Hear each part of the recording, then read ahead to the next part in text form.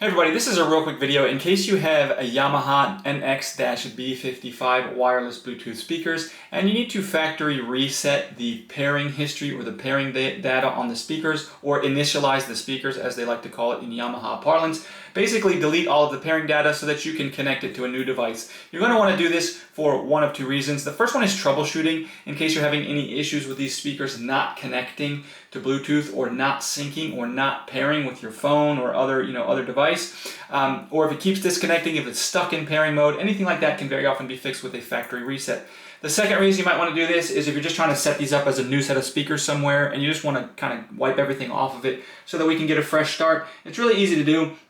All we're going to do is, with the power button, we're going to turn them off, and then with the speakers turned off, we're just going to come in and take this switch on the back here, the auto standby switch, and you'll see it has on, off, and then it has NINIT, which is initialize. We're just going to push it down to the initialize part of that switch. And with it down to on initialize, then we're going to go ahead and power the unit back on.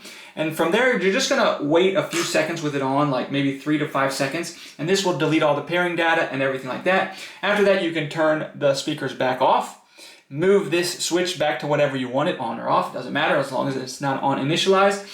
Turn it back on, and now you can just pair it like you're pairing a new set of speakers.